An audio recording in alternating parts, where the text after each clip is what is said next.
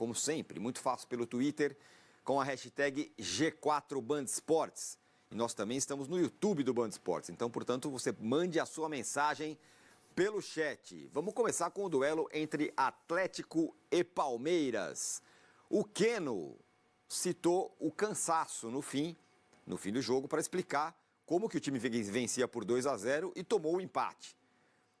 Já o Cuca exaltou o desempenho do time, apesar da frustração por ter cedido o empate no minutinho final. Vamos ouvir os dois.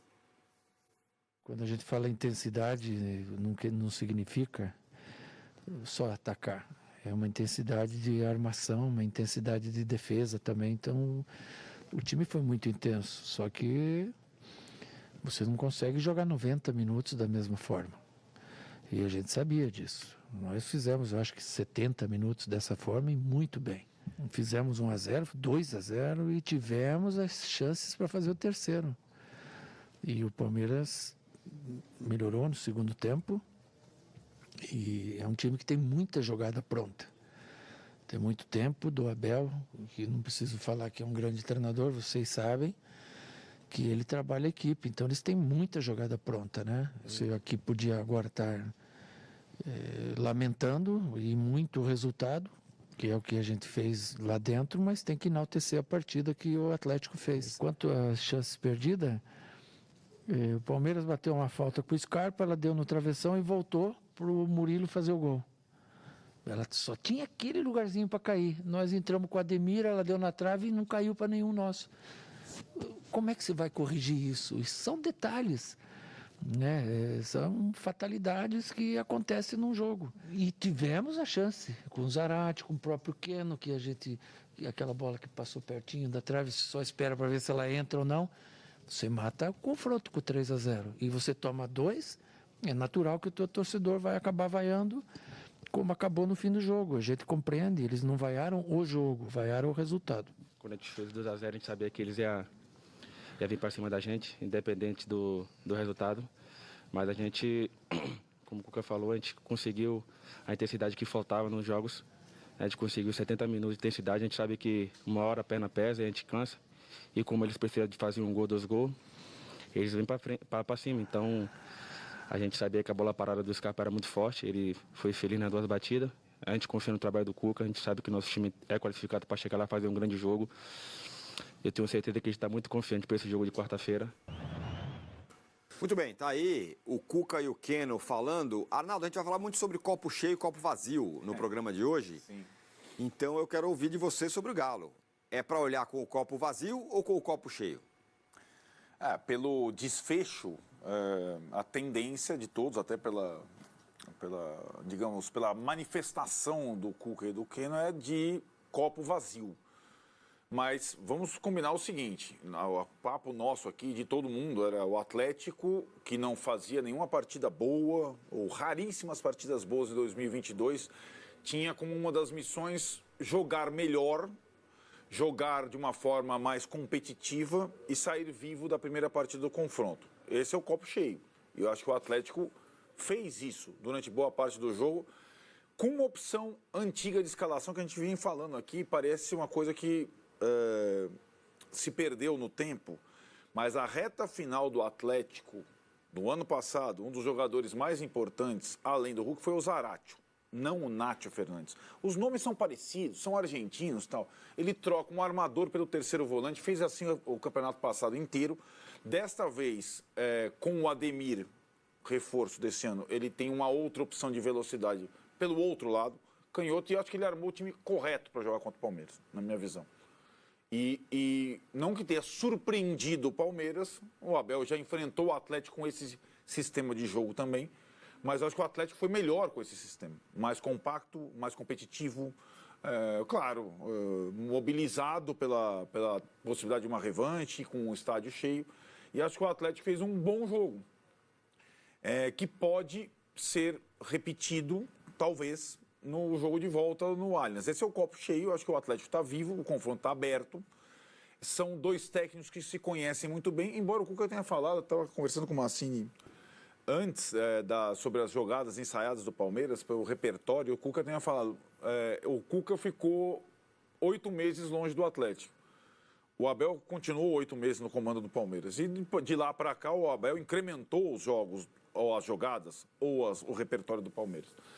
E quando você não consegue, em termos de volume ou em termos de característica, incomodar o adversário com o que você tem de mais precioso, as jogadas ensaiadas contam demais. Bola parada conta pra caramba, embora muita gente queira ver só a posse, a situação. E o Palmeiras tem uma bola parada muito boa.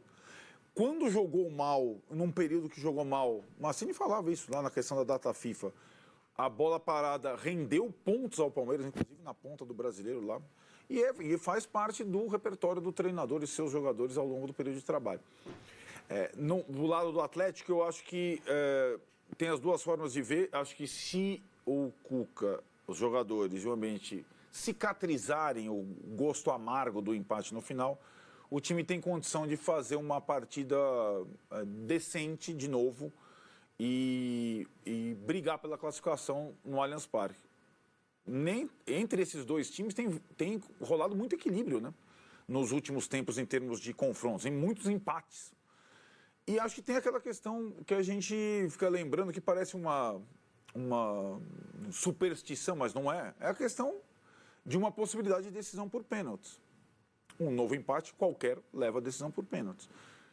E aí você coloca uma interrogação para o adversário, que o Palmeiras tem convivido com problemas com as decisões por pênaltis. E acho que o próprio torcedor do Palmeiras que vai ao jogo, ele quer que o jogo seja definido no tempo regulamentar, para não ter que passar por aquilo de novo, né? Então o Atlético, não é que o Atlético joga por 2 resultados, mas o Atlético, na prática, joga por 2 resultados. Psicologicamente joga por 2 resultados, né? Então tem essa, ele está vivo no confronto, embora tenha tomado o empate no finalzinho da partida, que sempre deixa um gosto ruim na boca. A gente vai ouvir daqui a pouquinho o Abel Ferreira falando também na coletiva, mas antes eu quero falar aqui da mensagem do Jal, aqui na hashtag G4 Band Esportes. Ele fala o seguinte, ô Massini: 42 gols de bola parada na temporada, o segundo colocado no ranking brasileiro tem 26, que é o Ceará. Que jogador é Gustavo Scarpa e que treinador é Abel Ferreira? Um time encardido, cascudo, tal qual o Boca Juniors de Carlos Bianchi. Eu fiz essa comparação do Boca Juniors com o Carlos Bianchi hoje lá no programa no UOL, hoje de manhã. E aí, Massini, você vinha falando, né? Você tem uma jogada ensaiada nova aí, né? Assim, o Scarpa não foi aproveitado pelo Luxemburgo, estava para sair do Palmeiras. O Luxemburgo colocou o Zé Rafael na posição que ele joga hoje, para a gente não ficar só criticando o cara que teve passagem por lá, o treinador muito vitorioso no Palmeiras, que é o que eu ainda chamo de professor Vanderlei Luxemburgo. O Veiga também estava para ser emprestado por Botafogo, e não aquele Botafogo, o outro. Marcos Rocha também, a torcida não queria mais no time. O Rony estava para ser vendido até hoje. Alguns torcedores criticam o Rony, que é inacreditável. Por que criticar o Rony, né? Tá provado a falta que ele faz no time. Muita falta. Faz muita falta. Ontem ficou isso muito claro, né? Então, assim, falar do Abel é até chovendo molhado, né? Tirando os exageros que ele comete e os erros que ele comete também. Ontem ele cometeu 2. Ele demorou muito para trocar o Dudu de lado. O Marcos Rocha estava pandêmico lá com o Keno e o Mariano, porque o Dudu não estava dando conta. Ele tinha que ter trocado rápido, o que ele fez no segundo tempo. Tinha que ter trocado rápido e tinha que ter trocado o Veiga no intervalo. O Veiga machucou e saiu, senão ele teria continuado no jogo. E não é uma crítica à pessoa, né? Mas ele não está em boa fase. Né? Ele teve Covid, ele teve contusão muscular, perdeu os pênaltis. E ele não está em boa fase, né? Ele vai fazer exames hoje, não sei se já fez, mas provavelmente o Palmeiras vai ficar sem ele algum tempo. O que pode ser bom para ele também, sair um pouco, voltar quando tiver 100%. Então, são situações que acontecem. Eu tinha, no meu enredo de jogadas ensaiadas do Palmeiras, ou prontas, 26 diferentes, né? Não só com bola parada, mas com bola rolando também.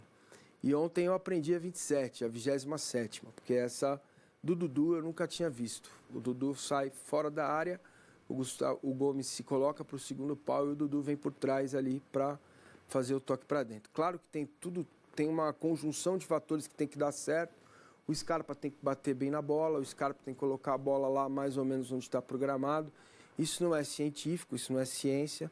O Dudu tem que acreditar. Exatamente. Que a bola foi lá. Esse lance que a gente acabou de ver, que o gol que o Dudu perdeu, a gente já viu, né? Já viu. E não foram poucas as vezes, foram várias vezes. O gol da Libertadores, inclusive, contra o Flamengo, foi parecido, que a bola foi um pouco mais para trás, para um jogador que vinha de trás, o Dudu vinha na diagonal. Então, assim, é um trabalho muito sólido, muito forte. Esse time tem 56 jogos, 5 derrotas. E sobre o jogo de ontem, o Abel foi surpreendido, sim, viu, Arnaldo, na minha visão, com os 4 atacantes, sim. E o Atlético fez o dobro mais uma de faltas que o Palmeiras. E eu não estou dizendo que a arbitragem prejudicou o Palmeiras, para deixar isso bem claro, porque são faltas permitidas pelo jogo, faltas táticas, faltas leves e que acabam amarrando a saída do Palmeiras. Você pode repetir isso, por favor? Porque as pessoas não entendem. As pessoas acham que é violência, instigar a violência, você falar sobre falta tática. Não, são faltas que acontecem no jogo. E pode? Sim, acontecem. Elas acontecem e o árbitro tem que, eventualmente, punir se houver um rodízio. Claro. Né? Mas no jogo foram o dobro. Eu não lembro exatamente o número. É o dobro mais uma. Isso eu gravei.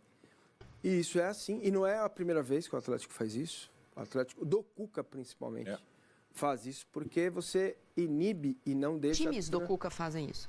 Inibe e não deixa a transição do Palmeiras, que é muito boa, acontecer rápido, né? Então, o primeiro tempo foi...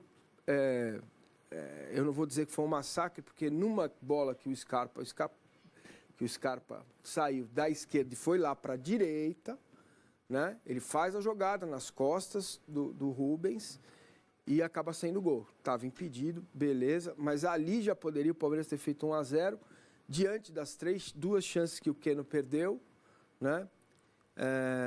E do pênalti, uma atuação muito ruim do Marcos Rocha, muito ruim. Ontem, individualmente, alguns jogadores não conseguiram jogar o que sabem, né? No meio-campo, o Zé Rafael apagado. Esse tipo de jogo você precisa aparecer. O Danilo também errando alguns passes, mas falar que esse time é forte mentalmente, a gente também tem que traçar um paralelo com a estratégia do Galo, né? A estratégia do Galo era jogar tudo no primeiro tempo. Os caras saíram esfalfados, né? Os 3 atacantes do Atlético Mineiro saíram esfalfados. Por quê? Porque esse time está mal fisicamente. E aí são 8 meses de um trabalho mal feito, né? Em termos de condicionamento físico. Porque a gente sabe que o Galo do Cuca é um Galo que a gente viu ontem. Não tem refresco. Perdeu a bola, tem 2. Perdeu a bola, quando o Galo perde a bola no campo de ataque, e foi impressionante o número de desarmes, como vocês gostam, no campo de ataque. Muitos no primeiro tempo. Então foi uma pressão, um sufoco. Volta para o segundo tempo com o Palmeiras, com as mudanças táticas que o Abel faz, toma um gol logo no começo, né? Aí qualquer time que não tem trabalho longo... Quase na última bola do primeiro tempo, foram quase 13 na primeira desarmes bola do segundo tempo. No campo de ataque. É isso. Faz muita diferença, né? Então, você toma um gol no final... Não é o meu caso.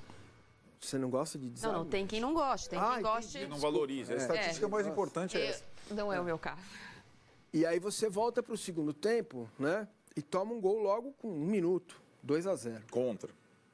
Já tem o abalo... Isso. Então, tudo aquilo que foi pensado lá atrás tem que ser reprogramado, né? Como se fosse o Waze. E aí tem alguns fatores que vão ajudando o Palmeiras. A contusão do Veiga. Sai o Veiga, entra o Gabriel Menino, que dá outra segurança para o Palmeiras jogar do lado direito. Também se foi um erro do Abel não ter trocado rápido, foi um acerto do Abel ter recuperado o Gabriel Menino. E assim é um trabalho... O cara que marcava mais... Isso. Então ali deu mais escopo para o Scarpa. Entendeu? E é assim, né? Funciona assim. A alteração, você está perdendo por 2-0 e coloca um jogador mais defensivo do que aquele que está... Tem gente que não gosta. Acho que já estava 2-1. Porque a falta... Estava 2-1. Isso, estava 2-1. Mas você proporciona... Entendeu? Você proporciona um refresco, porque aí você pensa. Porque, assim, qualquer time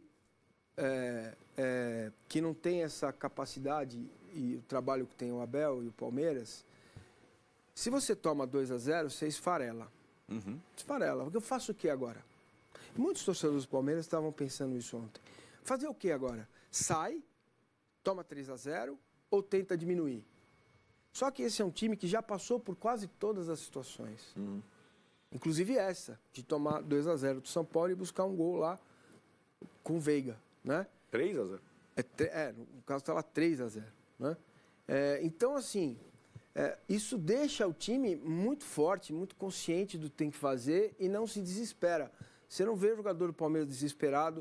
O Palmeiras fez menos falta. Isso é ruim. Esse time precisa aprender também a parar um pouco o jogo quando não está legal para ele, né? Esse time também precisa evoluir para na hora que tiver esse aperto, essa marcação, como eu vou sair? Nenhuma bola foi para o Flaco, nenhuma. O Flaco ontem passeou de um lado para o outro e ele não entrega o que o Rony entrega por causa de característica, ele não marca a saída de bola como o Rony marca, ele não dá a possibilidade da bola longa rápida, é uma bola longa mais para ele escorar, né? E ele ficou sem função, né? Então, o Palmeiras não esfarela em campo. Com 2-0, você tinha essa dúvida. E tem aí a qualidade técnica individual do Scarpa. O Scarpa, como ele mesmo disse, está na melhor fase da vida dele profissional, da carreira dele, né? E ele está decidindo no momento em que alguns jogadores do Palmeiras não estão em campo. O Rony não está, o Danilo não está bem, o Veiga não está legal. Então, o futebol dele aparece e ele vai fazendo o Palmeiras jogar de acordo com a capacidade técnica dele. E o gol de empate já poderia ter saído nesse lance aí com o Dudu, né? E acaba saindo 2-2 lá. No final, com mais uma jogada ensaiada. Porque eu acho que imagina o time que vai jogar contra o Palmeiras, ele olha, ele tem todas as jogadas catalogadas, né? De bola parada, de escanteio, de falta, todas. Qual que eles vão usar? Onde eu coloco o meu jogador? Né? Contra o Corinthians no Campeonato Brasileiro foram 2 no primeiro pau. Né? Você vai pegar o exemplo do jogo contra o São Paulo, no Paulista. A bola vem num escanteio curto, o Scarpa cruza para o Danilo sair. O Danilo está quase que na marca do pênalti, um pouco mais para trás. Então ele sai para evitar o impedimento e entra com o cruzamento do Scarpa. Então acho que isso causa um desconforto para o adversário. Agora, para o segundo jogo tem uma questão assim, o Arnaldo foi perfeito, eu vim com isso na cabeça pensando. Ontem, quando terminou o jogo também, eu acho que o torcedor do Palmeiras, se você perguntar para ele, olha, não vai dar, vai perder o jogo. Você prefere perder de 1-0 no jogo ou perder nos pênaltis? Ele não vai dizer que prefere nada, mas talvez até ele pense, é melhor acabar logo isso aí, vamos descansar, porque são 6 disputas de pênalti, 5 derrotas seguidas. Esse time tem dificuldade, tem problema. Por outro lado, o palmeirense mais otimista fica assim, mas agora... Chegou a hora de virar. Agora chegou a hora de virar. Eu como jornalista, digo, o Atlético tem essa chance também, a mais no jogo. Né? Então tá tudo aberto. No frigir dos ovos foi legal, virou, empatou, tal, beleza? Mas no frigir dos ovos, quem teve mais perto de ganhar o jogo foi o Atlético, pelo primeiro tempo que fez. A gente pode dizer que o resultado foi bom para o Palmeiras, mas que agora não tem nada resolvido. Você tem mais um jogo que um time e um treinador excelente, que é o Cuca, que sabe como travar o Palmeiras. Então, eu acho que o Palmeiras vai ter que se superar e ver se vai ter o Rony, né? Provavelmente não vai ter o Veiga. Então, aí pode ser que tenha um ajuste no time do universo, né? Então, Rony vai ter. Pode ter... o Rony vai ter. Talvez até ele jogue um pouquinho agora, domingo, né? Contra o Goiás. E aí muda de figura, porque você compensa muito velocidade. É um time, Palmeiras, eu estava lembrando isso ontem também, que tem 2 jogadores de escape de velocidade, né? Um que não é veloz, mas já não é tanto como já foi, que é o Dudu. Ele precisa de um espaço menor para correr, porque se o espaço for maior, ele não chega no final com a mesma potência, né? E o Rony, é um time que foi talhado para jogar com essas duas características, né? E ontem fez muita falta. Tendo o Rony, eu imagino até que ele possa colocar o menino na vaga do Veiga, se o Veiga não tiver condições, e o Rony, centroavante, na vaga do Flaco. E aí o time fica mais encorpado, fica mais forte. O Marília, o Gilberto, a gente vai ouvir daqui a pouco o Danilo e o Abel, mas o Gilberto Borges aqui na hashtag G4 Band Esportes fala o seguinte: olha só, o Palmeiras está igual ao Real Madrid. Quando você imagina que não vai dar para alcançar o placar, o Palmeiras vai lá e alcança. Rumo ao tetra. Negócio de Real Madrid. Eu não gosto também desse negócio de é o Real Madrid, é o... Não, mas entende, a comparação dele é boa. Assim, Não, é um time não é boa. Tem que comparar o Real Madrid com nada. Não. Um time que não esfarela. É o time que não esfarela, é isso. Claro que você não vai comparar com o Real Madrid. Não dá para comparar com o Real Madrid. É que essa última Champions, o Real Madrid, foi marcada por viradas isso, prováveis. Acho que essa é a questão. O Palmeiras teve isso no Paulista e reverteu placares e tal. É verdade. Eu acho que isso o Palmeiras pode ser comparado com o próprio Palmeiras. O Palmeiras era um time que, ao jogar em casa e tomar um gol, esfarelava. Isso não acontece mais. Isso aconteceu com o Cuca em 2016, aconteceu com o Eduardo Batista em 2017, aconteceu com o próprio Cuca depois aconteceu com o Felipão, quando tomou o gol do Benedetto. Este não é o mesmo Palmeiras. O Palmeiras de 2019, que é eliminado na semifinal da Libertadores, parece um filme em preto e branco nunca seria, mas um filme em sépia. Em sépia. É um outro time. Sem quê? Sépia. Não sei o que. Aquele meio amarelado, assim, um verde amarelado. Por que eu não falar que é em preto e branco? Tá bom. Mas dá aquela noção de antigo. Vintage. Vintage, Tá bom. é uma outra experiência que esses jogadores têm. Esse grupo tem, como disse o Arnaldo, esse time já passou por tudo. Não, o Mancini, esse time já passou por tudo. E é uma memória recente. Eu nem imponho, eu nem coloco aqui a memória do time que eliminou o Boca. Aquele time não é esse. Aquele time tinha os meninos protagonistas. Esse não tem mais. Eu acho que esse time tem uma memória recente. Eliminou o River, né? Eliminou o River. Eu falei o quê? O Boca. Não, River. É que o Boca... Sai, Benedetto. O Boca me dá boas lembranças. Esse time tem uma memória recente de fazer isso. E isso pesa.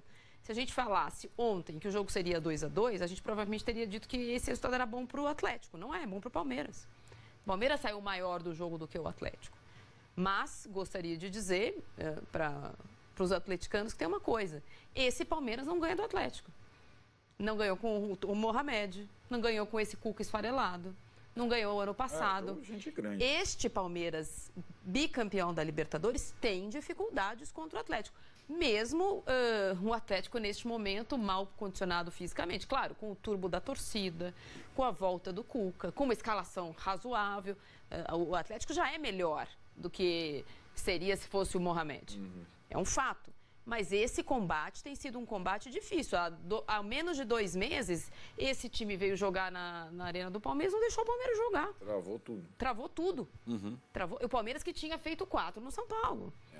E 3 no Corinthians. E não sei quando. O Palmeiras já tinha feito bons jogos, foi pegar o Atlético em casa e a roda não pegou areia ali. Não. De algum jeito, amarrou. Então, assim, é claro que o resultado hoje... por isso que os números mentem. Os números dizem que... A gente disse ontem que se o Atlético continua jogando por 2 resultados, né? Pode vencer ou empatar semana que vem, que é razoável, né? É bom para o Atlético. O Atlético vem para São Paulo com essa situação. O resultado em campo mostra que é um time ainda mal condicionado fisicamente, é um time que depende muito dessa atenção e desse turbo da arquibancada que ele não vai ter. Então, assim, só os números não explicam o que aconteceu ontem. O que explica o que aconteceu ontem é o que não está em campo. É o que o jogador foi capaz de tirar, mesmo estando 2-0 para o adversário, mesmo o adversário fazendo um primeiro tempo muito bom, mesmo você tomando um gol com 1 minuto de segundo tempo, e o gol contra, e o mesmo cara vai lá e faz o gol. Isso não está no livro, não. Isso não tem plano, gente. Isso não é plano. Não. Isso é do caos que é o futebol. Isso não é plano, isso não é organizado, isso não são 26 jogadas ensaiadas. Isso tudo dá corpo para esses caras entrarem em campo. O que aconteceu no jogo de ontem é diferente. E é diferente para o Atlético também. A gente não apostaria no primeiro tempo que o Atlético fez. Verdade. Esse primeiro tempo que o Atlético fez ontem, ele não fez nenhuma vez em 2022. Nem contra o Flamengo na final da Supercopa. É surpreendente. E fez contra o melhor time do Brasil. Ele não fez esse primeiro tempo contra o Corinthians. Ele não fez esse primeiro tempo contra o Flamengo na Copa do Brasil. Não fez. A quantidade de chances que o Atlético teve no primeiro tempo, ele ganhou por 2-0 com facilidade do Flamengo no Campeonato Brasileiro, mas não com essa quantidade de chances. E contra um Flamengo desfarelado. E não era o caso ontem. É um time que não perde, eu não sei quantos jogos na Libertadores e que também vende não sei quantas vitórias consecutivas em campeonatos diferentes. Eu acho que a história do jogo mostra que o Palmeiras volta favorito para a classificação, vai jogar na sua casa por uma vitória simples, mas mostra um avanço no Atlético digno de nota. Aqui, tem muita gente falando aqui na hashtag G4 Band Esportes, algo como diz aqui o Ricardo. Estou tranquilo, é quase impossível o Palmeiras jogar tão abaixo como ontem novamente. No Allianz, pelo menos 2 gols ele fará. Abraço. Muita gente falou assim que ontem o Palmeiras foi muito abaixo, sobretudo no primeiro tempo. Mas acho que também tem o fato do Galo ter sido um Galo que a gente não tinha visto ainda. Ninguém joga sozinho. Vamos ouvir o Danilo, porque ele citou a experiência palmeirense ao tentar explicar a força para buscar o empate. E o Abel Ferreira deu méritos ao Atlético pelas dificuldades no início do jogo. Vamos ouvir. É fruto de muito trabalho dos nossos jogadores,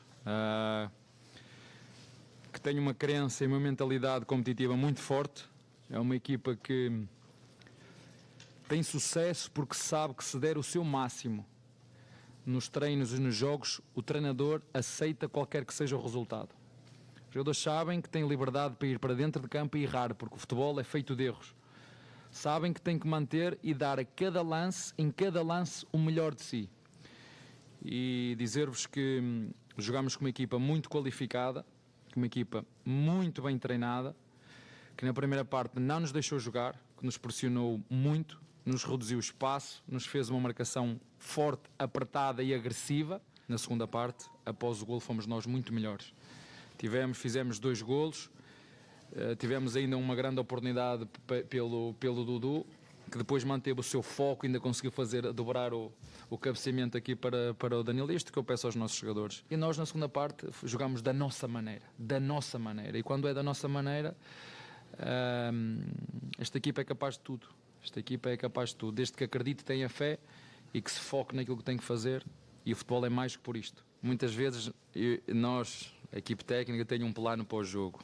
Mas o jogo também tem planos para nós. Eu não estava no plano entrar no jogo e sofrer um gol da forma que sofremos aos 45 minutos. Não estava no plano entrarmos no jogo na segunda parte e sofrer. Não estava no plano. Não era isso que estava no plano. Mas o jogo também tem um plano para nós. E, portanto, eu gosto muito destes jogadores, porque eles são os primeiros a dizer: professor, tenha calma, passe calma para nós. Você está sempre a dizer nos treinos para nós termos cabeça fria e coração quente. O professor sempre pede para ter calma e jogar o nosso futebol, né? Impor nossa felicidade, o nosso treino, chegar em campo e dar nosso melhor. E eu acho que dentro de campo, para a gente ser um time já cascudo, em mata-mata, em final de Libertadores, isso ajudou muito, né? Para a gente chegar ao empate. Simplesmente o professor só fez um ajuste ali, né? No intervalo, e voltamos a ser o Palmeiras, né? A jogar, ter a bola, a marcar, chegar firme. Tá aí, o Abel falando da força mental e que no segundo tempo que todo mundo está acostumado a ver e que ele mesmo está acostumado a ver. É claro que não dá para descartar, Arnaldo, o fato de que no segundo tempo, como disse a Marília e disse o Massini, o Galo também arriou, porque cansou, né? Mas assim, tem um fator ainda que valoriza o segundo tempo do Palmeiras e a busca pelo resultado, que é o simples fato de você pegar um banco e ver quem estava no banco do Atlético e outro banco, ver quem estava no banco do Palmeiras. E aí, assim, quando o Cuca definiu armar esse time, que eu achei o time correto, ele deixou no banco Nath Fernandes, Vargas, Sacha, Pedrinho, Allan Kardec. Vai vendo? No meio para frente ele tinha tudo isso no banco. O Abel, sem o Rony, com a lesão do Veiga, ele tinha pouca gente. Aí lá, Breno Lopes, Wesley, para frente. Então, assim, ele tinha no banco Merentiel, recém-chegado, para buscar o resultado, poucas opções ofensivas, de fato. Mas ele conseguiu equilibrar o jogo. Sim, o Atlético caiu, mas ele agiu muito bem. Ele foi muito bem no segundo tempo. O Massini falou da opção pela troca do Veiga para o Menino, é uma dessas situações. E eu acho que essa é a principal virtude hoje do Palmeiras, porque o Palmeiras consegue ser um time competitivo, mesmo às vezes, e forte, e resistente, mesmo às vezes sem alguns de seus principais jogadores e sem um elenco que o Atlético e o Flamengo têm.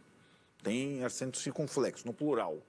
Porque os dois elencos, a gente fala isso desde o começo da temporada, desde o Palmeiras lá no Mundial. Tem mais jogadores que o Palmeiras. Mais jogadores decisivos que o Palmeiras. Mais jogadores importantes que o Palmeiras. Mais jogadores caros que o Palmeiras. Os dois principais rivais. E o Palmeiras consegue rivalizar com equipe. Com uma equipe forte.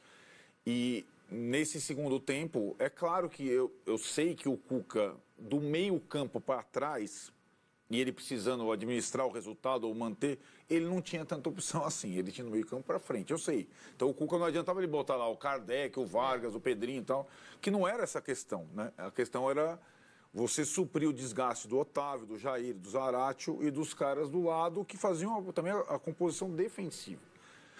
Nesse duelo dos treinadores é muito interessante porque eles são bons e se conhecem. O Abel tem menos opções. E ele consegue se virar bem com poucas opções.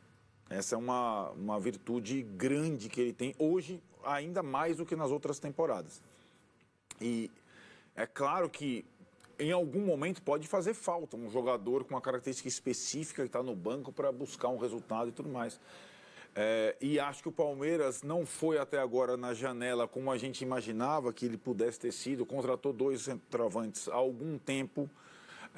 2 caras promissores, que não são exatamente jogadores decisivos ainda, eles podem ajudar. O Massini falou, o Lopes ontem não foi, até porque o jogo se encaminhou de uma outra forma, o Lopes que foi lá em Fortaleza contra o Ceará. Pouco produziu. Então, o que eu admiro é como, com poucas peças, o Abel consegue fazer bastante. Essa é e acho que o segundo tempo mostrou isso, escancaradamente. E é uma questão que vai perdurar. E talvez perdure não só por essa temporada, pelas próximas. O Atlético e o Flamengo vão continuar contratando. E o Palmeiras vai continuar apostando numa equipe, né? Acho que... E mesmo com a questão... Eu acho que tem questões ali específicas de orçamento, de política de investimento, de alguns problemas financeiros que aparecem, né? Para um, para outro. O Atlético tem, a Maria sempre lembra, o ano que vem o estádio, até inaugurar o seu estádio, o Atlético vai com o pé no acelerador lá embaixo, cara. Não vai... Se precisar contratar o Cristiano Ronaldo lá, eles vão tentar. E o Palmeiras está, nesses últimos tempos, divergindo um pouco. Apostando num treinador, renovou o contrato, ótimo salário, e numa equipe. Mesmo que ele tenha que abrir mão, algumas vezes, de alguns jogadores mais famosos e tudo mais, e mesmo que ele, nessas partidas, várias dessa temporada, não tenha contado com Rony algumas, Veiga em outras, e caras que são fundamentais para o time dele. Então, acho que o mérito da busca pelo empate foi muito grande e passa também pelo treinador, que na coletiva, achei ótima a coletiva. Estranhei a primeira resposta, depois ele falou do time dele muito com detalhes, do time adversário muito com detalhes e do futebol brasileiro muito em detalhes. E acho que ele decifrou um pouco o que foi o jogo e projetou o que pode ser o confronto da volta, sabendo que vai enfrentar um adversário muito forte, que tem jogadores capazes de decidir, mas que o time dele é muito consistente hoje e é consistente, oscila pouco, talvez tenha feito um primeiro tempo estranho, se tratando do Palmeiras, mas já tinha feito em outros confrontos, como fez com o São Paulo, em algumas, não só, o São Paulo também exige do Palmeiras uma outra situação que o Atlético exige, são desconfortos diferentes proporcionados, né? O jogo da Copa do Brasil no Morumbi foi assim, no 1-0, o Palmeiras não conseguiu finalizar a gol, contra-atacar, então...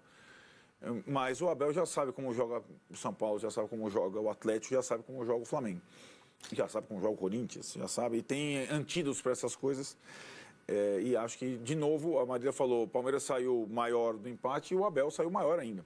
Eu acho que ele foi, de novo, exigido sem grandes opções e acho que ele soube responder ao que o jogo impôs a ele. O Ricardo, pegamos você, hein, meu amigo? Tava aqui reclamando, falando assim, ó, preferem falar do futebol do primeiro tempo do Atlético a qualificar um time que tomou 2 gols, não tomou mais e teve força, futebol, consciência de buscar o resultado. Incrível essa algeriza, um time que o treinador aqui incomoda. O Arnaldo acabou de... Só faltou ele tirar a camisa e ter uma camisa do Palmeiras por baixo aqui, elogiando o Palmeiras e o Abel. Tem isso? Meu caro Ricardo. Não tem. Agora, o Massini, que foi? Eu acho que a gente... Posso fazer um comentário? As pessoas precisam ouvir um pouco. A gente, às vezes, é massacrado por coisas que a gente não fala. Aconteceu ontem com o nosso companheiro Raí Monteiro. E esse não é um programa para convertido. Esse é um programa... Esse não é a live do Massini para a gente falar sobre o Palmeiras. A gente também pode falar sobre o Atlético. Está liberado, né? Oi? Está liberado falar sobre o Atlético? Eu? Não, nós. Sim, claro. Porque a gente não pode dar essa... Com todo respeito, eu sei que você leu e é bom que a gente tenha audiência. As pessoas precisam entender que isso é um programa de debate esportivo. Sim. E que a gente não está aqui para fazer fã-clube de ninguém. Todo mundo elogiou o Abel. Todo mundo elogiou o Abel, inclusive por ele ter colocado outro volante quando estava 2-0. Aliás, foi só elogios ao Abel. Aliás, antes dessa fala do Arnaldo agora. Então, assim, esse não é essa não é a TV Palmeiras e esse também não é a TV Galo. Não, mas tudo que você está se queixando aí... Eu? Não, o rapaz. Telespectador. Não, você não, Eduardo. Você é meio cansada disso. Você é marcha picada. Marcha picada. Eu falei aqui no comentário. Isso, pessoal. Vamos lá. Rebobinem aí no YouTube. Estamos no YouTube hoje. Não só você falou. Estamos no YouTube. Meio Volte ali isso, né? e veja lá a gente elogiando aqui o Abel, falando maravilhas do Abel. Inclusive a entrevista, inclusive o comportamento dele na beira do campo. Tá aí, tá vendo?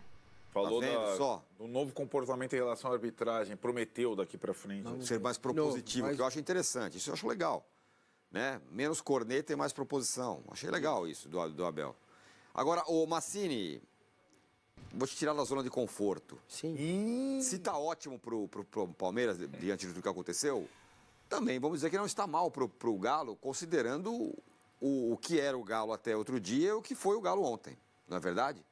Sim. E vou além. O jogo de volta não é um jogo que vai exigir do Galo essa entrega física de marcação individual e correria e marcação lá o tempo todo.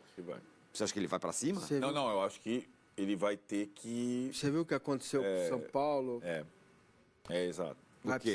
Vai precisar correr mais. Ele tem que tentar repetir. Não, mas o que eu quero dizer assim, ele não vai ter... Ele não vai precisar desarmar 13 vezes no ataque, como fez. Tá, mas isso é um pouco a característica do time, né? Então, aí a gente tem que ver que o Cuca vai imaginar para o jogo, porque ele não tem o Alan, né? Está suspenso de novo. E ele tem jogo contra o Atlético Paranaense também. Isso. E ele está a 10 pontos do líder. Então, assim... Pois é. Não é que é um jogo contra o Atlético Paranaense que você pode falar assim, ó... Não é comigo. Não pode, né? De alguma forma, ele vai ter que pôr o que tem de melhor. Né, Massini, aí como o Flamengo, o elenco... Ajuda muito. Ajuda. Claro. Porque aí ele pode contar ele põe Alan, Pedrinho, com o Allan Kardec. Pedrinho. Isso. Dodô, caras que não jogaram ontem. Cabelo, Guga. Então ele põe 5, 6 jogadores que não jogaram ontem e isso ameniza. Bem lembrado, Arnaldo. Agora, acho que vai ser um jogo desconfortável, né, para ambos. Porque o Palmeiras, quando joga em casa, nesse modelo mata-mata, ele impõe um ritmo muito forte no início. E assim, se fizer o gol, ok. Se não faz, também te causa desconforto. E o Atlético tem muita qualidade. É uma bola do Hulk, é um chute de fora da área, é um drible do Keno. O Keno tem dificuldade de fazer gol, mas ele desconcerta a defesa, né? Enfim... Olha lá. Tá tudo bem aí. Eu tomei uma vaia agora, hein? Tomou uma vaia. Falou que o Keno não faz gol, alguém lembrou que ele fez um golaço contra o Corinthians. Isso. Então, assim, eu tava Calma, rapaziada, calma. A pressão inicial, Isso, se não sai o gol... Se não sai o gol. E tem uma pressão final, que é essa maldita cobrança de pênalti. Entendeu? Entendeu? Essa coisa tá na cabeça. Tá, mas claro que tá. Tá na cabeça de todo mundo. O jogador e o Abel. Inclusive dele. Né? Que é agora, acho que preciso colocar um pouco de ciência nessa conta aí. Na hora de treinar o pênalti. Falar, pelo amor de Deus, aonde que a bola entra? Ali, bate lá. Porque às vezes, né, o pênalti é uma coisa muito especial. Talvez não seja só a questão do treino, da repetição e tudo mais. É uma questão já mental. Já começa... Então, vira um monstro. Vira um monstro. Vira um monstro, cara. Vira um monstro. E já virou. Porque a gente não pode viver na bolha dos jogadores, na comissão técnica, no centro de treinamento. Se a gente admite que passa a empolgação do torcedor, que a função do torcedor em campo é muito boa, que ter o torcedor em campo causa desconforto no adversário, certo? A gente avalia isso tudo como positivo. Isso tem o outro lado. Tem, claro. Entendeu? Se terminar assim, 0-0, vai ter um silêncio no Allianz Parque. Vai ter um silêncio. Só uma... Para comentar a sua história, o jogador que vai decidir na disputa de pênaltis na sua casa, normalmente, ele pode ser o principal batedor do teu time, do time da casa. Ele já... E tem uma história que o Raí conta muito interessante da disputa da Libertadores contra o New Old Boys, que aí a decisão por pênaltis no Morumbi, cheio, São Paulo nunca tinha vencido uma Libertadores. Aí ele fala que ele foi o primeiro batedor ele já tinha feito um gol de pênalti no jogo, mas falou, no jogo é diferente. Saiu o pênalti, aquela coisa. Aí tem mais minutos, né? Tem jogo aí. Aí vai para decisão, tal, pega a bola e vai caminhando. E os 50 mil, 60, 120, tá todo mundo calado, tá todo mundo apavorado. E você tem que conviver com esse negócio. Você, e isso deve passar para a cabeça de todo batedor do Palmeiras nessa situação. Então, faz 20 psicóloga Marília. Porque o adversário é franco atirador. Não é só o goleiro adversário. Mas psicóloga Marília, me ajuda aqui. Como é que é o time que é o coração gelado, não sei o quê, cabeça quente, força mental, essa é a criptonita do Palmeiras. É o time que não se abala com nada, tá uma sapatada Eduardo, no lugar de 2-0 e empata. Ninguém é perfeito. Essa é uma criptonita do Palmeiras. Não tem problema, é isso. Pô, mas não é um contrassenso? Se é o time mais gelado do Brasil? Cara... Não, o jogo é de 90 minutos, o pênalti é exceção. E é um time que, do mesmo jeito que é um time que já passou por tudo... Por isso ainda não passou. Não ganhou uma disputa de pênalti. Ganhou uma em 6. Uma? Contra quem? Eu não lembro, mas ganhou uma em 6. Mas 5 perdeu. Então, não, tô falando, mas esse time que a gente tá falando da memória recente. Não, e acumula, carrega.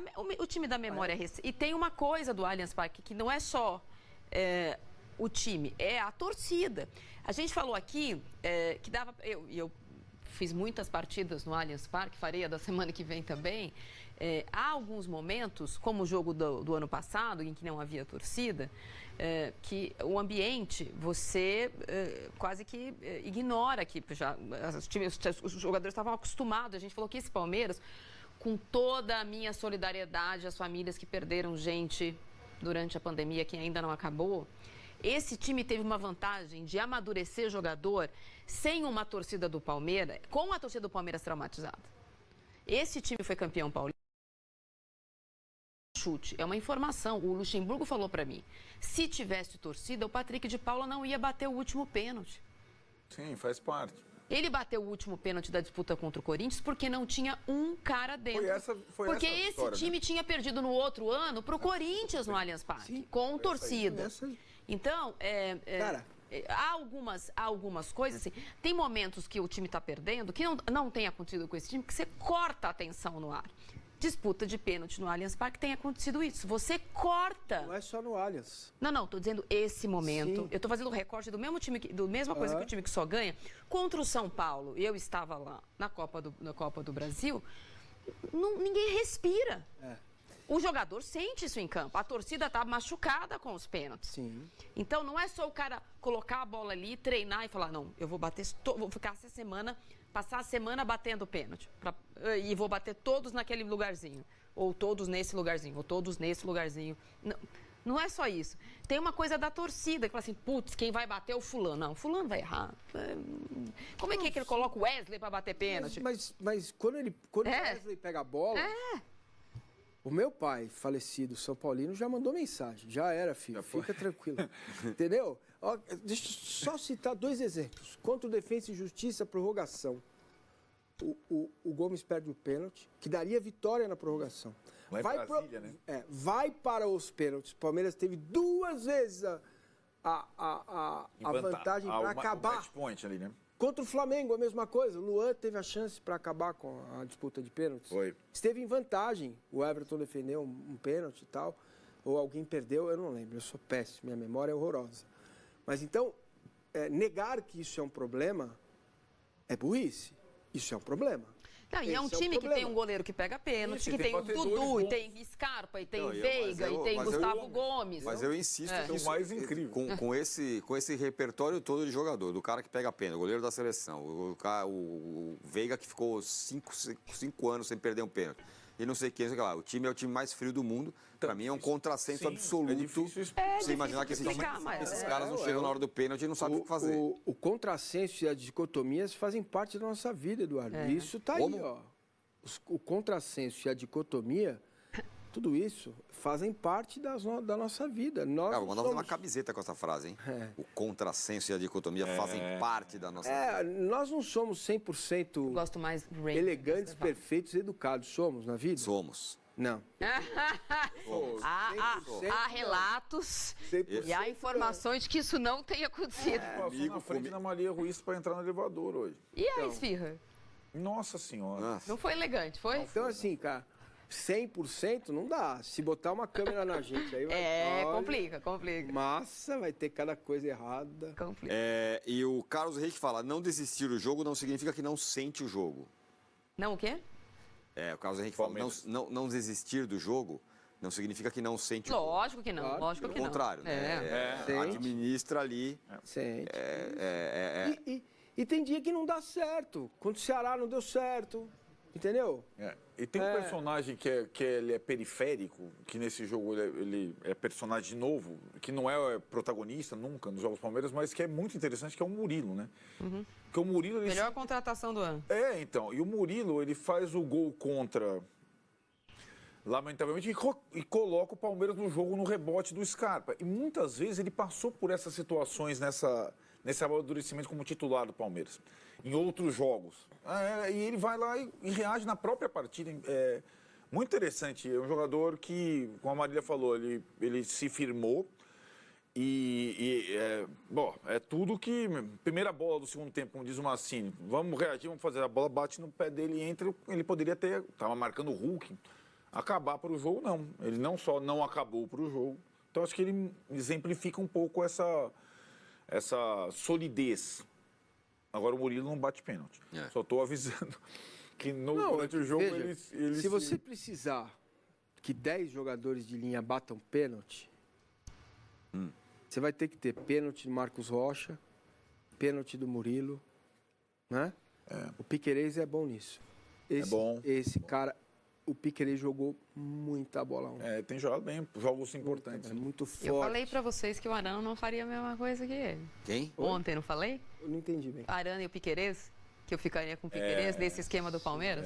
Não dá. O Arana nesse time do Palmeiras não dá. Ele jogou muita bola. E olha que eu amo o Arana, mas... Primeiro tempo, principalmente, defendendo, se colocando lá. Veja o gol anulado. Como ele é o quinto homem que entra. Foi quando ele fez o gol com o São Paulo. Exatamente. Mesma situação. Então, beleza. Agora, o Danilo batendo pênalti, a gente já viu? Alguém já viu o Danilo bater pênalti? Né? Não lembro. Talvez na base, Zé Rafael. Não são experts, né? E tem um que bate bem e não tem batido, que é o Dudu. Faz tempo, hein? Entendeu? Tá na hora dele também se preparar. Faz tempo, hein? Porque uma hora ele vai ter que bater. Né? Faz tempo que ele não bate. Mas ele não bate bem. Né? Ele Ele perdeu contra o Corinthians na disputa de 2018 e não bateu mais no Allianz Parque. E eu falei com ele sobre isso. Ele falou, cara, eu bato pênalti, eu gosto de bater pênalti, eu sei bater pênalti. Mas me encheram tanto o saco que não é para eu bater mais. Eu falei, então tá bom, bate outro. Mas se precisar, eu vou bater. Então, mas abre aspas. Me encheram tanto o saco, fecha... Só para perguntar, abre aspas, me encheram tanto o saco. A torcida do Palmeiras. Fecha, eu sei. Fecha aspas. A torcida do Palmeiras. Com todo respeito, e eu acho ele um jogador absurdo, que soube ser humilde quando voltou, soube ser jogador de grupo, ele era o Palmeiras era o Palmeiras do Dudu, e ele entrou na vibe da família lá, como que chama? Todos somos um, do Abel, mas ele não pode se acomodar no me encher um saco, ele precisa bater. Também acho. Ele precisa bater. Também acho que um jogador desse tamanho, por tudo que já fez... Mas o cara pode não gostar de bater. Mas ele falou que ele gosta. Não, ele gosta. Não, bater mal. Esse não é o problema. Se ele falou que ele gosta, ele não pode se escorar no me encher o saco. Disse na entrevista também, falou, vocês não querem mais que eu bata, eu não bato mais. Entendeu? É isso que eu tô falando. Mas eu vou continuar batendo. Falaremos muito de pênaltis hoje ainda, né? Aqui no programa. E ter ele até o final, olha ele buscando a bola, né? No segundo pau. Ter ele até o final, e muitas vezes ele não fica até o final, como não foi na Copa do Brasil com o São Paulo, né? Que foi uma alteração discutível, que depois do gol do pênalti do São Paulo, a gente não discutiu mais o que foi o jogo. Mas a partir dali, o Dudu não estava até o final, não é só no pênalti, ele não estava até o final no jogo. No jogo, Ele não saiu porque ele não ia bater o pênalti. Foi uma opção do Abel, né? Errou também. Errou. Porque ele é um jogador que é capaz de bater de fazer isso na última bola, exatamente. Ele é um jogador diferente do Palmeiras. Sim. Né? Então, eu acho que ele... Tá, tem alguns jogadores que você só vai tirar do time se Quando o cara falar, não aguento mais... Só com o desfibrilador, eu acho. Numa disputa de mata-mata, ele não pode sair do jeito. Ele não pode sair. Alguns jogadores do Palmeiras não podem sair de jeito nenhum. Também o Gustavo Gomes não pode sair. Eu acho isso. O Danilo não pode sair. É isso aí. O Zé Rafael não pode sair. O Scarpa, não pode sair. O Rony não pode sair. E o Dudu não pode sair. Mas ele tá cansado. Bota outro lá pra marcar. Tira um do meio, põe do outro lado. Põe ele de centroavante. Põe ele pra jogar com o Everton. Sabe? Dá a bola pra ele na saída de bola. É o que eu penso, é como eu vejo o futebol. Eu também. Né? O Abel não vê assim. Ele, quando vê que o cara já não tá atingindo o modelo para ajudar a equipe, ele tira. Independentemente de quem seja, mas exatamente. Mas em algum momento... Mas a cabeça dele é diferente da nossa, da minha principalmente. Eu não tiro. E se tiver pênalti, vai bater. Se tiver treinado, se tiver... Aí é o processo. Isso que eu falei, que eles se escorar no que eles não querem, porque eles é uma massa amorfa. Você quer, não quer? Eu quero. Meu marido quer, ele é palmeirense. E toda vez que ele não bate pênalti, ele reclama. Por que o Dudu não bate pênalti? Então, pergunta pra ele. Aí ele responde que é porque a torcida não quer? Não, a torcida quer. Ele perdeu alguns, né? E agora o Wesley, você tem uma cobrança de pênalti. Tá, o Wesley e o Dudu, você escolhe quem? A não ser, se o Dudu tiver... O Thiago Nunes escolhe o Cantilho, que se perde o o pênalti. Dudu tiver de muleta, né? Vai ele com a muleta. Bate na bola com a muleta. Teve. O Nelson aqui levanta um outro ponto. Ele fala que o Palmeiras deu 2 gols pro Galo Eduardo, ontem. peraí, calma, Eduardo. Calma. Tá num bom ângulo, Eduardo. Bota lá o Eduardo. Deu, você achou? Aí, Eduardo. Que o Palmeiras deu 2 gols pro Galo ontem. Olha pra mim que eu vou pôr na live. Na verdade, o Galo chegou, mas não marcou. E no fim, o Galo ressuscitou o Palmeiras. Você achou que foi 2 gols? Porque criou muita chance. Não foi o Galo que ressuscitou o Palmeiras, o Palmeiras que ressurgiu. Eu acho que os momentos dos gols do Atlético são momentos bem difíceis para o Palmeiras, porque o final do primeiro tempo... Para matar o jogo. E acho que não é que deu 2 gols. Um foi um pênalti cometido do Marcos Rocha, talvez um pouco precipitado. O Marcos Rocha tem uma questão, né? Jogou muito tempo no Atlético, a torcida pega no pé dele bastante quando ele joga contra. Não é que ele sentiu o jogo, porque é um jogador experiente, mas ele não foi bem, como o Massini falou. E o segundo gol é uma jogada que aconteceu algumas vezes. O Keno indo até o Keno vencendo o duelo e 2 ou 3 vezes ele finalizou errado. Dessa ele cruzou e acabou desviando no Murilo e entrou. Acho que não foi... apesar de ter sido um gol contra, foi uma jogada que o Atlético insistiu em fazer várias vezes com o Keno pelo lado esquerdo. E deu certo numa das vezes. Não achei que o Atlético só marcou porque o Palmeiras deu ou falhou, né? Aliás, assim, o Murilo nem pouco pôde fazer. A bola foi muito bateu, em cima né? dele, né? E aí, ó, Massini, Oi. o Pedro Salles fala assim, discordo totalmente, não é pouco, né? rapaz. Totalmente, Caixa alta. que o cara tem que bater. Se o cara não é bom de pênalti, não tem que bater, coloca o melhor.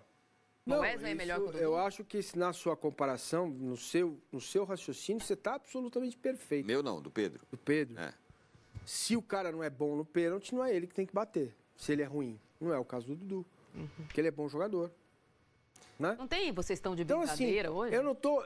ninguém tá aqui. E o Felino e o principalmente. Palestrino, ele completa. Ainda bem que a cabeça que manda é a do Abel Ferreira, viu? É, claro. Por isso que a gente são. Não, o que por eu isso estou que somos dizendo diferentes. é que o Dudu, pelo o desenho do time, pega o time titular do Palmeiras, tem que ser um dos 5 batedores, é só isso. Ele não precisa ser o principal, o primeiro ou o segundo, mas ele tem que estar na lista. Pra mim deveria ser ou o sexto, É. tá? Assim, É isso. a questão é, tem jogadores que representam uma instituição. O Fernando Praz representa o Palmeiras. E foi bater lá, não foi bater pênalti. O Dudu representa o Palmeiras, né? O Valdívia representou o Palmeiras, mesmo com o que ele fazia fora do campo, mas em algum momento ali, naquele momento difícil do Palmeiras. Então, o Valdívia bateu na Copa do Brasil contra o Coritiba, contra o Grêmio, não foi? Contra o Grêmio? Eu não lembro. Bateu. Lá na Arena Barueri. Então, assim, eu não estou cobrando do... Vai lá, tem que bater pênalti. Mas acho que ele é um cara que, se ele pega a bola embaixo do braço e vai andando até a cobrança do pênalti, você vai ter mais certeza de que ele tem mais chance de fazer o gol que o Wesley, com todo o respeito. É isso. Tem um outro personagem aqui, Marília, que o Jorge Correia Pena coloca na conversa e você tem lugar de fala para falar dele, que é o seguinte, ele fala o seguinte, a contratação do Pedrinho até aqui tem se mostrado um erro gigantesco do Atlético Mineiro. O cara entra nos jogos e nada acontece. Ele parece totalmente desconectado do jogo. O que o G4 acha?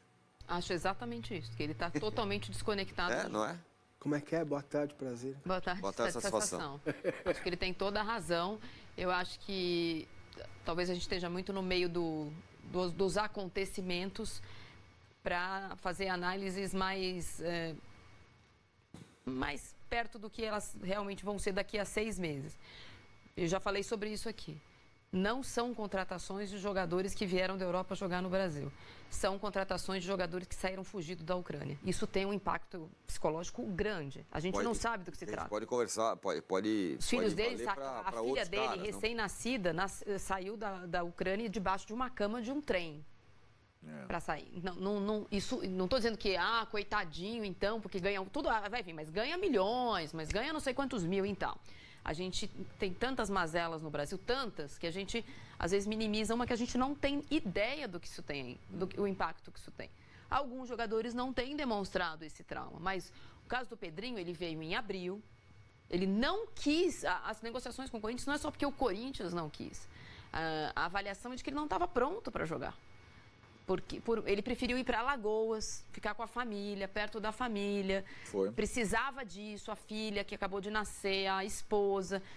É difícil você dizer que só simplesmente ele está fora de... Agora, você pega um jogador de futebol que fica uma semana sem jogar, precisa estar com desequilíbrio muscular. Você imagina um cara que fugiu da guerra, foi ficar com a família, tem um nenê recém-nascido. Eu tenho algumas avaliações que a gente precisa esperar. O Galo chegou à conclusão que era uma boa contratação. Não estou dizendo que é ruim. Estou dizendo que eu não sei se dá. Nesse nível que a gente tem falado do futebol físico, intenso, quarta e domingo, agora uma série de mata-matas. Não sei se vai ser possível avaliar a entrada do Pedrinho ele pode ou não pode ser jogador de futebol agora no Brasil.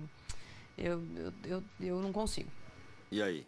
Acho que ela tem razão. A gente tem outros exemplos, vários. Então, outros. Tem o Marlos. O cara foi convocado para a guerra. Como é que o cara vai jogar? O Júnior Moraes no Corinthians, com os problemas com a alergia. É uma coisa... É psicológico. É doença autoimune. O cara tá todo dia no hospital tomando remédio na veia por causa de surtos alérgicos. Então tem muita coisa envolvida. E sim, o Pedrinho é um jogador jovem que, mesmo confortável quando estava no Corinthians, ele não é um jogador que tem uma personalidade, é um jogador tímido, introvertido. Então acho que O Atlético fez uma série de contratações, algumas vão funcionar imediatamente, outras não vão funcionar imediatamente. Não é, por exemplo, a contratação do Otávio. Volante, estava jogando na França, essa é uma contratação europeia. Vai lá, o cara está jogando bem, ele vai suprir o Alan. Eu não sei como ele é reserva do Atlético. Ele é muito bom jogador. Então, essa é uma contratação certeira. A do Pedrinho é uma aposta, né? E acho que diante do que foi, ou que vem sendo a relação, por exemplo, ele pode jogar ali no jogo do Brasileiro contra o Atlético Paranaense, ter alguns minutos, ver como é que ele se comporta. Mas eu acho que não está ainda pronto para ser um jogador decisivo, que ele já foi em algumas oportunidades nesse momento da temporada. Eu estou falando dos caras da Ucrânia, agora eu vou falar dos caras da Rússia, né? Eu não falo russo, mas eu acredito muito no que o Fábio Aleixo, nosso ex-companheiro de lance, escreve. E eu conversei com vários empresários de jogadores, desses que quiseram vir, dos que não quiseram vir. Ainda que a situação da vida cotidiana na Rússia aparentemente seja normal onde essas pessoas estiveram, as negociações para que esses caras viessem para o Brasil foram muito tensas, como se eles fossem desertores. Nesse momento, a situação na Rússia é nós contra todo mundo. Se você não quer ficar aqui, é porque você é todo mundo. Porque, na teoria, não tem bomba caindo na cabeça de ninguém na Rússia. Sim. Né? A vida cotidiana tem sido maquiada, quase o mundo de Truman. Essa foi uma analogia usada. Então, por que vocês querem ir embora? Por que vocês querem usar uma resolução da FIFA que nos baniu do futebol? Né? Tanto que os times têm ameaçado com sanções, jogadores que estão usando uma cláusula de uma entidade que está de mal da Rússia nesse momento. Sim. Então, também para todo mundo não é tão fácil assim, gente. Não é porque ganha milhões que tudo é fácil. Sem dúvida, sem dúvida. Por falar em jogadores que não estão numa das suas melhores fases aqui, o Massini, o Pedro pergunta o seguinte: Massini, quando que o irmão gêmeo do Veiga vai destrancar o verdadeiro do armário? Olha, esse tipo de pergunta vem muito, né? Quando isso? Quando aquilo? Como vai? Como... Peraí. Não sei. Cara, é humano. O cara é um humano, né? E se você tá meio incomodado com isso, eu sei que tá, o Veiga é um craque, cara. Ele é um jogador extra série, na minha visão. Ele está acima do jogador mediano, tá? Ele tá com dificuldade de jogar, né? Também nos últimos jogos, porque vamos olhar o que aconteceu com ele. Pegou Covid, machucou, voltou, precisa de tempo para se fortalecer, perdeu os 2 pênaltis que perdeu. Então, ninguém consegue ficar 100% focado em tudo. Tem horas que você sente falta de uma confiança. Será que eu era aquele jogador maravilhoso ou será que eu sou aquele do começo do Palmeiras para ser emprestado para o Botafogo? Isso passa pela cabeça do jogador. Então, não sei quando ele vai recuperar. Agora, ele tem capacidade para isso, porque o Veiga é um jogador super esclarecido. O Veiga tem um projeto social com a mãe que é maravilhoso, tá? Eles ajudam crianças, tem um trabalho muito bom. Então, é um jogador fora do contexto da boleiragem comum, entendeu? É um cara que tem um olhar e é palmeirense desde que nasceu, né? A carta que ele lê, que o avô deixou para ele, é uma das coisas mais emocionantes que eu já li e vi na vida. Então, ele está fazendo tudo para voltar. Mas quando vai acontecer, não sei. Talvez não aconteça mais. É humano. Jogadores são assim, cara. O Luan foi rei da América. Não estou comparando os dois. Mas foi rei da América, agora não consegue jogar. São coisas que a gente não controla. Entendeu? Então, não sei quando ele vai voltar. Agora, você poderia, se quisesse, se tiver a boa vontade, admirá-lo por tudo que ele fez, dar confiança a ele para que ele retome e ajude-o no projeto social. Viu só, Pedro? Avante traz Avante, que traz mais gente, que traz mais Avante, que traz ingresso com desconto, que traz casa cheia, que traz mais Avante, que traz mais gols, que traz mais desconto, que traz mais vitórias, que traz mais vantagens, que traz todo mundo, que traz ainda mais Avante, que traz prioridade, que traz experiências, que traz rating, que traz final, que traz outra final, que traz título, que traz mais Avante, que traz mais títulos. Faça a sua parte. Seja Avante. Mais Avantes, mais conquistas. Tchau.